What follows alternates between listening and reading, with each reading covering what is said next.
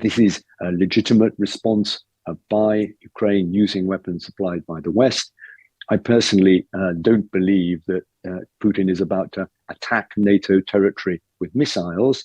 His response to the use of our longer range missiles 2 or 3 days ago was one new form of missile fired into Ukraine, intended as a warning shot. But I don't think we should allow ourselves to be intimidated by the kind of rhetoric that Putin is using. Well, the Home Secretary also gave us her response to concerns that Britain could become a target in Russia's war with Ukraine. We've always seen the sort of blustering aggression from Vladimir Putin throughout this process. As you will know, we have stood by Ukraine from the very beginning of this. After this invasion, we have also supported Ukraine, including supporting them with equipment and with weapons that they need to defend themselves in the what they have had to endure with this invasion. So we will continue to do that, and I think we've seen that take support right across Europe and across the US as well. We've made our support for Ukraine clear. That's the Home Secretary Yvette Cooper. Well, President Putin of Russia has warned of a global conflict after Britain and the US allowed Ukraine to launch their long-range missiles at targets inside Russia. He says Moscow is entitled to retaliate against countries that allow their weapons to be used against Russia. Michael Evans is the former defence editor and contributor for The Times. Michael, good morning. Good morning. Good to speak to you. So then, this idea of the use of weapons belonging to, in this context, the UK and the US, legitimising, in our context, the UK in the eyes of Putin, is this just aggressive bluster? Well, we've got become used to the aggressive bluster from Vladimir Putin, but I think, in a certain extent, everything should be taken seriously. Putin is getting his rhetoric up. I think it's probably time, hopefully, for some of this rhetoric to be played down a bit. It's getting to a dangerous position now. Putin is talking about Ukraine using these long-range weapons, British and American. Of course, they're not particularly long-range, as it happens, but of course they have the range and now the authority to use them in Russia itself. This is a moment of importance, I guess, if you're looking at it from the Kremlin eyes. And they have responded, as you know, with the launching of this rather bizarre hypersonic experimental medium-range ballistic missile, just one of them. While this missile is not necessarily going to cause massive damage symbolically, of course, it's another major escalatory move, and it shows that Putin is prepared to use all the weapons that he's got in his inventory to get what he wants in Ukraine. And if he decides that he wants to take some sort of countermeasures against Britain and the US and other countries in Europe, doing it, in their own countries. Obviously, we've become used to operations carried out particularly by their GRU military intelligence organization. So we know that he's capable of doing this, and I guess there is a serious risk that he might do it, as well as perhaps carry out cyber warfare operations. So I think the West has to be very aware of this danger and to be prepared for it. And what does being prepared look like? Because Putin is notorious, as we're kind of getting at here, for shifting the goalposts. Every time the West has kind of called his bluff, actually there is a kind of new red line that he then draws while he kind of escalates the war on his own terms in many ways. Well, this is a new priority, not new, but this is a priority for the Western intelligence services. They have to keep abreast of what is happening. No one can say they can read Putin's mind, but I think we've had, 2 decades already of experience of what Putin is capable of. So if we're not prepared for that, then we are doing our people a disservice. But our intelligence services are pretty good, and I think they will keep an eye on this. The Director General of MI5 has given a number of warnings about this, and I think they're working non-stop to try and counter what they think may be the threats from Putin. So I think we're pretty good at it. But there's obviously we can't be complacent. We have to keep on the ball and look out for anything that looks as if Putin is going to move into a new era of aggression against ourselves, against targets in America and whatever. These things are possible, but as I said in the beginning, the rhetoric is now at really the most dangerous level I can remember for a long time. Everyone seems to be talking, not just by Putin, but also in Washington and elsewhere, and in London. They're talking about the threat or possibility of a global war, in other words, a third world war. This sort of rhetoric is highly dangerous, highly volatile, and it's time it stopped.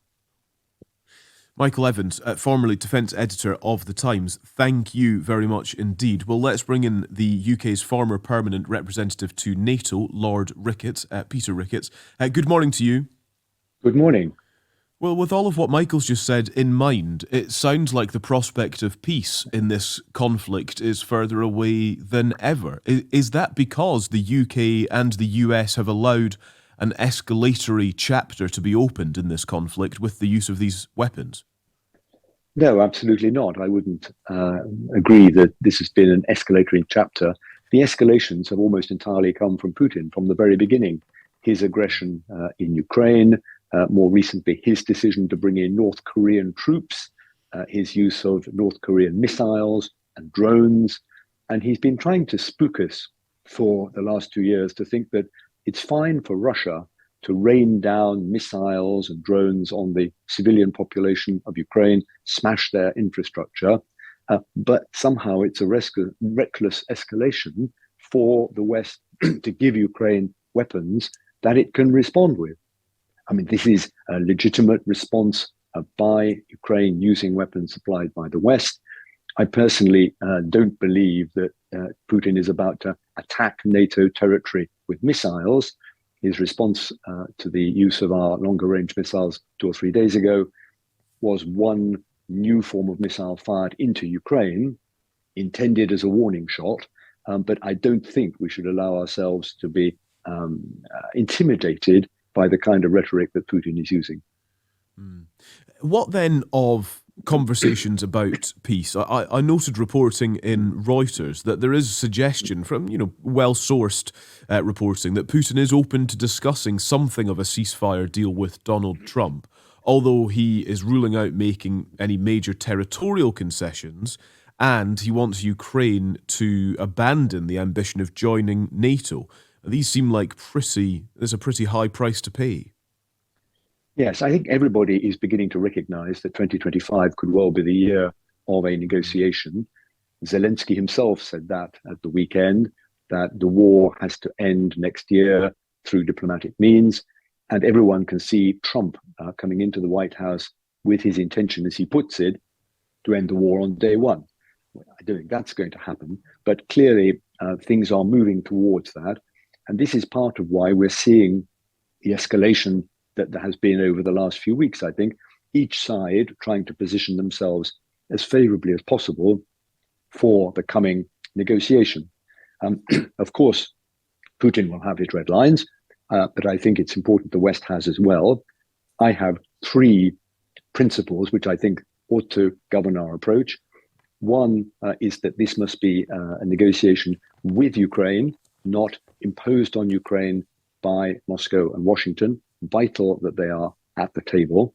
Secondly, that they don't have to cede sovereignty over the parts of Ukraine that are now occupied by Russia. Inevitably, a ceasefire will involve Russia occupying the territory it has now, but that must not be the idea that Russia now annexes that it becomes part of Russia forever. That has to be left open. And then the third one is that Ukraine has to be free to decide its own security policy in the future, to continue to work towards membership of NATO and the EU.